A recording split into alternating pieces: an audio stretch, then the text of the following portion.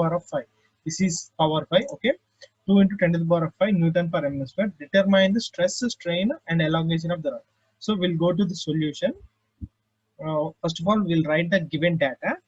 Okay, so what is the length he has given? The length he has given as 150 centimeters. Okay, 150 centimeters, or you can write 1500 mm. Okay, next one, the diameter of the rod D. The diameter of the rod is nothing but 2 centimeters or 20 mm. Okay, 2 centimeters or 20 mm. Then he has given mentioned a axial pull of 20 kilonewtons. Okay, 20 kilonewtons, or you can multiply with 1000, you can write 2000, 20,000 newtons. Okay, then after he has mentioned also the Young's modulus of the material. Young's modulus of the material as 2 into 10 to the power of 5 Newton per mm square. So he has given this in Newton per mm square. So it is better to convert all the units in newtons, whichever applicable to newtons as newtons, and whichever applicable to mm square as mm square. So this is it belongs to centimeters or mm. So we'll take this 1500 as mm and 20 mm, and this has 20,000 newtons. Okay, let's go to the solution. So what is the stress formula? What is the stress formula? Stress formula is nothing but force by area. Stress formula is nothing but force by area. So we can take it as, what is the force that is applying on that particular rod? It is nothing but P by area of the rod. So we have diameter, so we can easily find the area of the rod. So what is the force here? 20,000. 20,000 by area, pi by 4 d square. D is nothing but 20. So this is the area. So the solution for this particular 2000 by pi by 4 20 square, you can calculate in with your calculators. So in our case the value is 63.662. I have solution, so I am writing directly Newton per mm square. Okay, this is Newton per mm square. So next what he asked, the strain. Okay, the strain also he has asked. So we have a formula. Strain is nothing but change in dimension by original dimension, and also we can say that strain is and also we can say that Young's modulus equals to stress by strain. We have stress and we can easily find the strain, and we have Young's modulus. So uh, here I'll write strain. Strain is nothing but change in dimension by original dimension. And also we can write Young's modulus equals to stress by strain.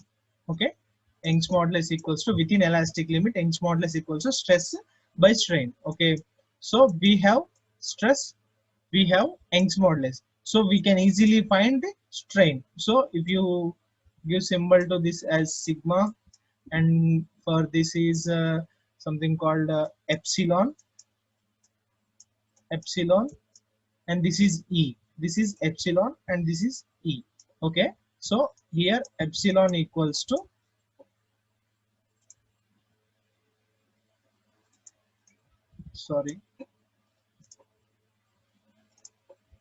here epsilon equals to sig sigma by E. Okay, what is the value of sigma we got? 63.662 63.662 by 2 into 10 to the power of 5. So we'll get the value 0.0000318 0.000318 mm. So sorry, this strain doesn't have any units, so don't write any units. So mm by, or else you can write by mm, mm by mm.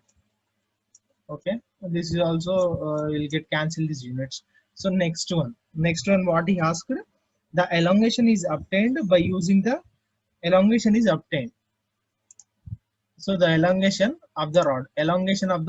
So what is he is directly saying?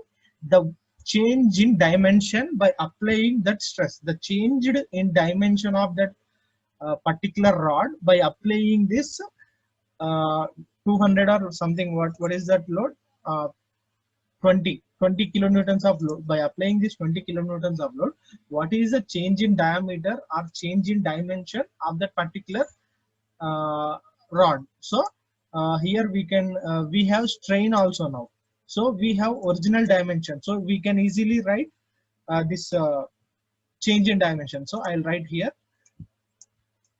strain equal to change in